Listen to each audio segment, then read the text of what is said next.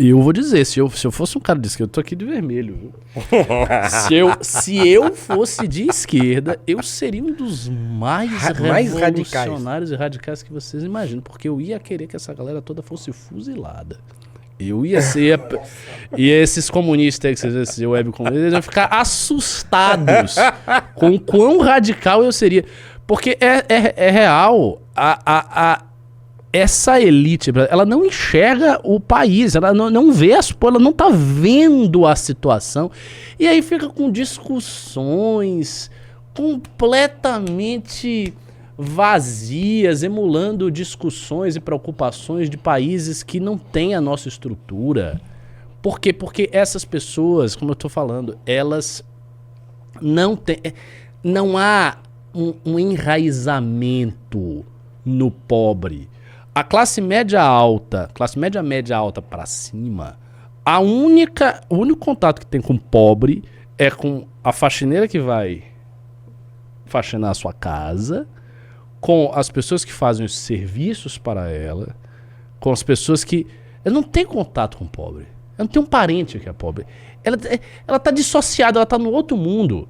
Ela tá vivendo num apartamento que tá organizado, ela tem um carro, ela faz uma academia bacana, o cara tem uma mulher bonita, tá indo pro salão, viaja, vai à Disney, bota o filho num colégio particular, o quê? Pode não ser o melhor, mas é um colégio ok.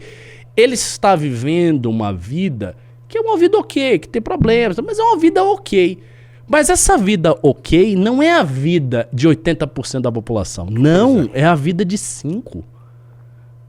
A quase totalidade das pessoas não vive esta vida. E isso é que é chocante. Você perceber isso, que realmente elas não vivem, isso é muito chocante. Porque elas não vivem mesmo. Quantas pessoas no Brasil, eu não sei esse número agora, mas eu não sei se o Pirajá pode ver pra gente rapidinho. Quantas pessoas no Brasil ganham até 2 salários mínimos? Esmagador. Sim. Quando você olha isso, quantas pessoas no Brasil ganham até 2 salários mínimos? E aí a renda média brasileira, se eu não me engano, é R$ 1.600. Média. Então, se é disso que nós estamos falando... Considerando os ricos até... Nossa, 70% dos profissionais de carteira assinada. 70% dos profissionais de carteira assinada Pensa aí, hein? Ganham até 2 salários mínimos. Ganha menos que você. É disso que nós estamos falando. E você é um jovem. E nós estamos falando... faça conta. Nós estamos falando de um... Mas se não for, vai ser. E nós estamos falando de um país que as pessoas que ganham até 2 salários mínimos, elas têm... geralmente elas têm mais de 2 filhos. Certo? Elas moram de aluguel, né? Mesmo as pessoas que moram na favela. Tem gente que mora na favela e paga aluguel na favela. Né? Então, pagam aluguel. Elas têm que fazer compra do mês, mas recebe lá alguma coisa, recebe cesta básica às vezes no trabalho, mas enfim. Tem que gastar com comida e geralmente gasta-se muito com itens básicos. Essa pessoa não sabe o que é viajar. Não existe isso. Essa pessoa não sabe o que é ir ao cinema, que custa hoje R$60. Se ela tem 3 filhos, mas ela própria, não tem como ir no cinema. Então, essas pessoas não sabem. Então, assim, 70% da população brasileira ganha até 2 salários mínimos. É disso que se trata. Certo? Para você pagar um aluguel num lugar de periferia, que não é o extremo da periferia, aqui em São Paulo você não paga menos do que R$2.000. Tudo isso? Não, pô, tudo isso? Não, você acha muito? Eu acho muitíssimo. Caramba. Nossa, tá caro aqui, hein? É caro. Meu Deus. É caro. Meu Deus. Então, assim... Aí a pessoa tá... E é um fenômeno constante. A pessoa ela tá morando num lugar... Aí ela... Porque tem um emprego razoável, tá ali... Aí ela perde o emprego... Aí ela tem que mudar pra mais longe... Porque tem que mudar pra um lugar mais barato. Aí perde mais tempo até chegar. Aí perde mais tempo até chegar no trabalho. E a pessoa vai cada vez indo pra mais longe, pra mais longe, pra mais longe. Então, é disso que nós estamos falando. Esse é o Brasil real. Né? Exatamente. Esse é o Brasil real. E aí você... Outro dia eu fui lá no Twitter, no X, lá, e reclamei que eu tinha ido ao mercado e gasto R$600 e não tinha comprado nada. E que, inclusive, eu paguei R$35, né? R$39 numa garrafinha de azeite. E que o azeite custava 17, 18 há 4, 5 anos atrás. Não demorou muito tempo para aparecer uma pessoa lá dizendo: oxe, mas aonde você está fazendo suas compras? Não, aonde? Claro, aí você entra no perfil, tá lá, faz o L, votei no Lula para isso. Tá, então, quer dizer, e aí as pessoas se prestam a esse papel. O defensor do pobre, o petista deveria ser o defensor do pobre, que é de esquerda, tem consciência social e tal. Eu reclamo que as coisas estão caras no mercado, ele aparece lá para defender, dizer que não tá caro não. Você que tá achando que tá caro. Você que tá achando, porque você deve estar fazendo compra no mercado tal e porque tal. Aí o outro sujeito botou um vídeo lá de um cara dizendo que as coisas não estão caras não. Foi no mercado, ele lá, olha aqui o preço do arroz, que maravilha. Aí você vai ver o arroz, sei lá, bom sabor. Um arroz que, né? Sim. Então, assim, meu amigo, a situação é muito complicada. Porque a gente não consegue ter nenhum consenso mínimo de que o país está mal. Porque as pessoas, elas para defender o político X ou Y, não tá mal não. Se você chegar... Bom, é igual, se você perguntar agora aqui para as pessoas que estão nos assistindo, e deve ter gente bolsonarista assistindo a gente, sempre tem. Perguntar, me fala, outro dia eu fiz isso na live aqui. Diz aí uma coisa boa que o Bolsonaro fez. Pô, aparece um monte de gente falando, ele fez entregou títulos de propriedade para os indígenas. Ele... E as pessoas ficam catando milho daquelas coisas assim, absolutamente inócuas, para dizer, não, foi bom. É você que não percebeu que foi bom. Mas eu acho que isso também acontece em grande medida porque você tem este extrato da população, esse extrato mais rico, e principalmente quanto mais rico, mais isso se acentua, que não vive tão mal assim. Como essas pessoas não vivem tão mal assim, elas reclamam do Brasil e tal, mas elas estão vivendo, a vida delas não está terrível. Uhum. E são essas pessoas que estão no poder. As pessoas estão no poder. Então, de alguma maneira, a reprodução da realidade social tal como ela está aí não afeta muito elas.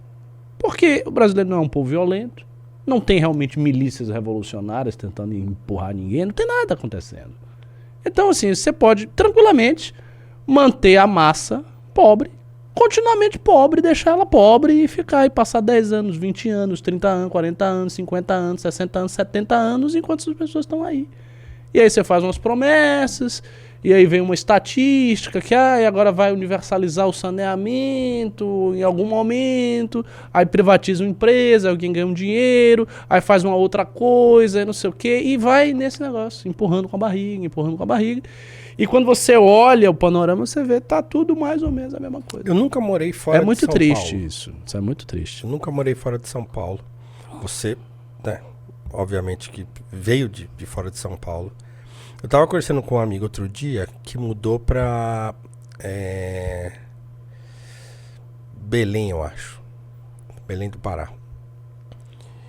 E essa pessoa falou assim, rapaz, não é o mesmo Brasil que eu achava que eu conhecia. É outro país. Se você vai para o interior de São Paulo, tem cidades aqui no interior de São Paulo, que você vai para a cidade do interior de São Paulo, é outro Brasil.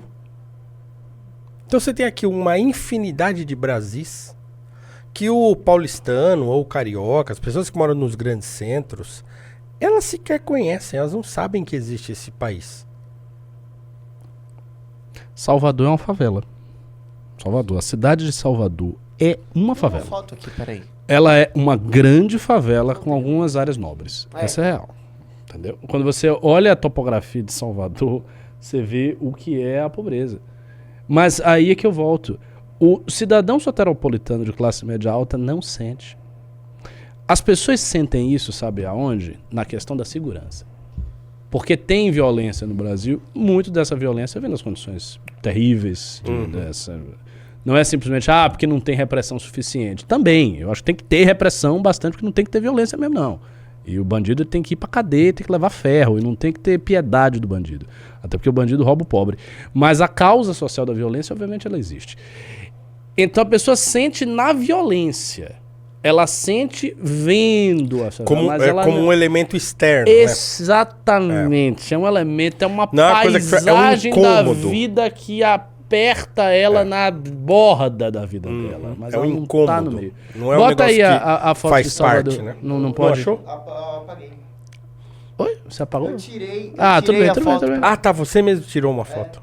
Tá. Mas assim, é uma grande favela com partes nobres e tal. São Paulo já é um pouco diferente. Como São Paulo é uma cidade muito rica, então São Paulo não é uma grande favela. São Paulo é uma cidade onde você tem grandes comunidades, você vê. Mas não é uma favela. Agora Salvador é favela. E muitas outras cidades do Brasil são fundamentalmente favelas com partes nobres. Isso acontece no Brasil. Então, o que a gente está falando? A gente está falando de um país que é isso. E às vezes eu acho engraçado, né? Porque como o brasileiro de classe média alta e o brasileiro mais rico, ele tem um pensamento deslocado e ele vive essa esquizofrenia. Quando na gringa eles retratam o Brasil como uma favela, porque assim, americano, europeu, acha que o Brasil é uma favela. Real, eles acham isso mesmo. E eles querem ir pra favela. O Brasil é uma grande rocinha. Exato. Quando eles retratam isso do Brasil, o que a gente sente? Isso é uma caricatura. E existe essa sensação porque o brasileiro sente. Não, mas isso não é o Brasil. Isso é uma caricatura. Não, ao contrário, isso é o Brasil. Você que é uma caricatura. Você que é uma caricatura. Você está deslocado em relação ao Brasil, que é o caso. Isso é o Brasil, cara. E eu acho que essa grande dificuldade, Paulo, de perceber isso é uma das motivações psicológicas, psicopolíticas do nosso estado de coisas. Eu acho que é uma das razões que explica o nosso estado de coisas. Porque como todo mundo que está no poder é essa elite que não sente, eu acho que ela não se preocupa muito em alterar o estado de coisas. Ela vai tocando, porque aparentemente as coisas estão boas, mas não estão, elas estão muito mal. Isso é verdade. Isso é verdade verdadeira. E eu acho que isso também, de certo modo, e de maneiras diferentes, reflete na população mais pobre. Porque essa população mais pobre, ela consome, digamos assim, né, essa população mais rica. Exato. Né? Novela, e ela é convencida por essa população mais rica de que a situação não é como parece a ela, né? Então, sei lá, outro dia eu tava vendo aí, um desses MCs aí da vida, entrou num shopping e gastou 200 mil de roupa. 200 e tralá mil de roupa. E assim, isso virou notícia. E você, obviamente, encontra muita gente criticando, mas encontra muita gente defendendo. Não, é isso mesmo, tem que fazer isso aí mesmo. Chegou lá, monstrão, olha aí, tal, né? E assim, isso é muito esquisito, né? Isso é muito esquisito. E a gente acaba, as pessoas se acostumam com isso. Eu falei aqui, acho que falei ontem, inclusive, que o fato de eu conversar com os meus alunos, por exemplo, e sempre numa tentativa de mostrar a eles que assim, tudo é feito pra vocês pra dar errado, né? E eu nem preciso dizer que isso é conscientemente feito pra dar errado. Eu tô dizendo assim, é errado há tanto tempo que ninguém mais percebe que é errado. Então eu não tô dizendo que tem gente lá arquitetando e maquinando. Vou deixar as pessoas pobres. Vamos maquinar a pobreza e tal. Como um esquerdista gosta de pensar, né? Que a pobreza ela é uma orquestração da consciente da elite e tal. Não, assim, a coisa é errada há tanto tempo. né? Você tem gente no Brasil, nesse Brasil que a gente está falando aqui, que nasce, cresce, entra na vida de razão, vai trabalhar e nunca viu um pobre na frente. O único negro que ela viu na vida é o porteiro do prédio, é o empregado, o motorista do pai. Nunca teve um conhecido menos abastado. Ele nem sabe o que é. Não sabe o que é. Ela não sabe o que é não ter dinheiro para pagar uma conta. Ela não sabe o que é entrar no rotativo. Um aluno meu falou na segunda-feira, numa turma que eu conheci na segunda-feira, inclusive, eu tava falando sobre isso.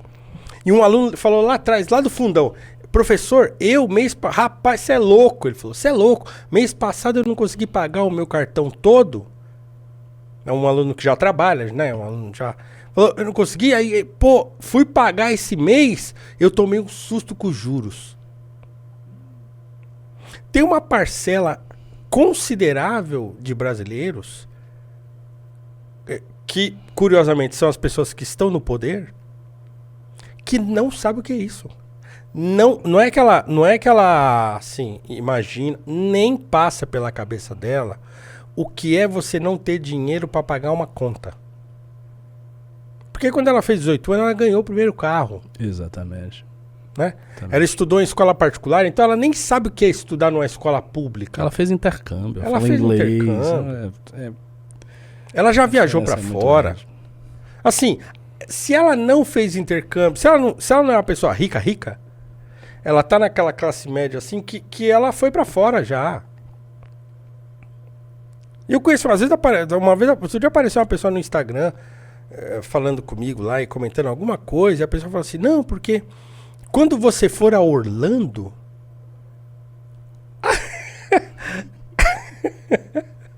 Sim, eu nunca fui no Paraguai aqui do lado.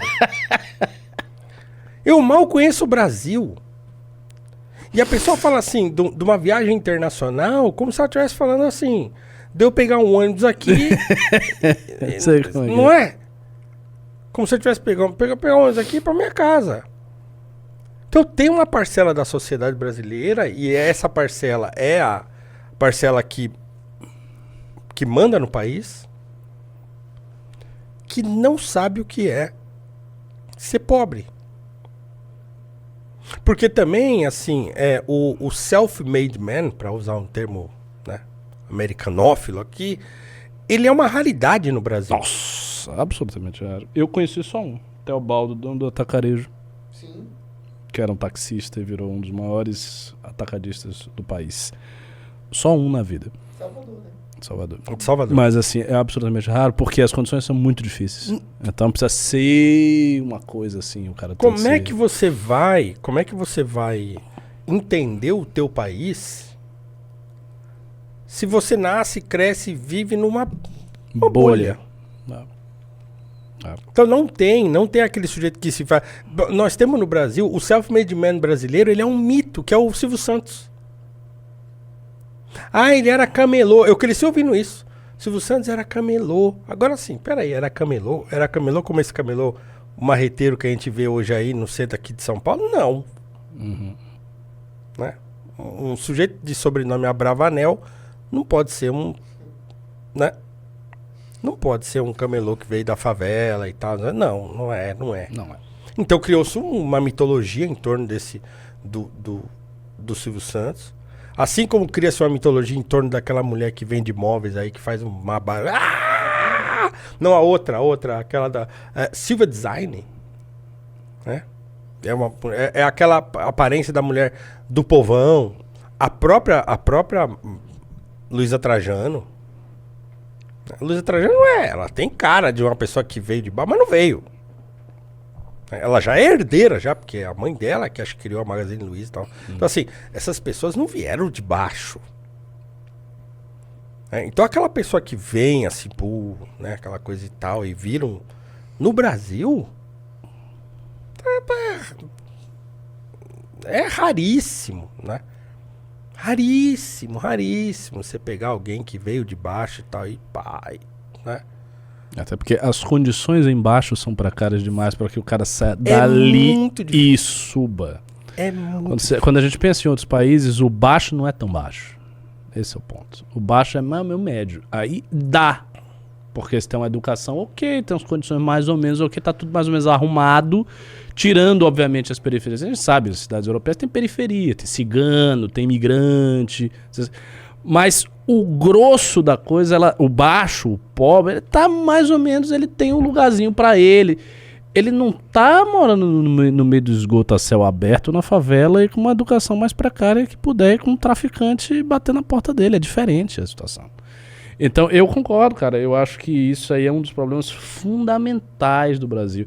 E é uma coisa muito difícil de resolver, porque genuinamente nós tivemos um presidente que veio de baixo, que é o Lula. O Lula foi metalúrgico. E aí? O Lula seria um cara para ter feito essa mudança, mas ele não fez. O fato é que ele não fez isso aí.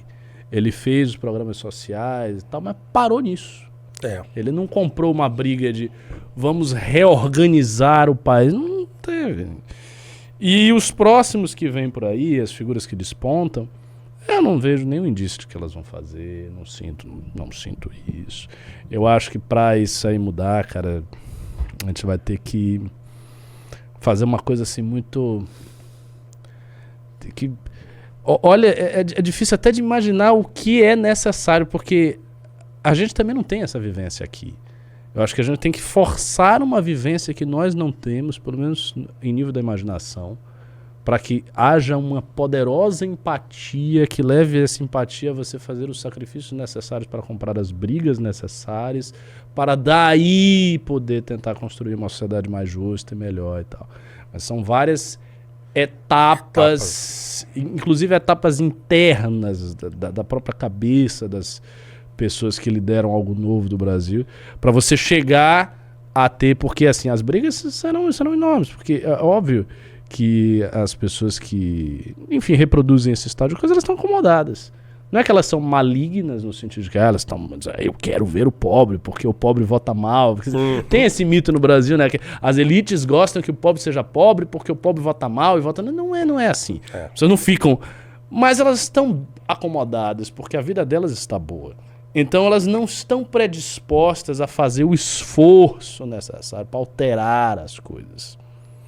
Sabe? Porque é muito esforço, são brigas, é uma coisa que você tem que se movimentar muito em direção a isso, de maneira muito genuína.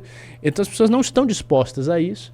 Elas, no fundo, elas não fazem. Elas vão tocando o barco desse jeito, mais ou menos, e tal. E o país vai ficando assim. Entendeu? E é isso. Vamos pros pimbas? Vamos. Tem um ponto fundamental, antes dos pimbas. Por e favor. tem um ponto fundamental nisso também, que é assim... Nós vivemos uma era do esfacelamento da família, por exemplo. Nossa, verdade. Que vai refletir muito gravemente nas pessoas mais vulneráveis. Ainda tem isso. Ainda tem isso. Ainda tem isso. Porque antes as pessoas ainda eram criadas em família, agora não tem. Né? E isso era um esteio, era um... A galera nem sabe quem é o papai. Isso se reflete muito, né? Nas sociedades mais vulneráveis, mais pobres. E aí a gente é obrigado a ver as instâncias do poder brasileiro discutindo filigranas de país de primeiro mundo. Não, vamos liberar o aborto. Banheiro sob a justificativa de que a mulher pobre faz aborto na clínica clandestina. A mulher pobre está na igreja. Eu falei à tarde isso aí. Ela está na igreja, ela não está fazendo aborto, ela está na igreja. Quem está fazendo aborto é a mulher, é a classe média. É essa que nós estamos falando aqui. Exatamente. É essa que está fazendo. É quem vai na clínica clandestina, é essa da classe Até média. porque aí. as maiores taxas de natalidade estão nas pessoas mais pobres. Elas têm os filhos, o problema é que elas não têm condição de criá-los.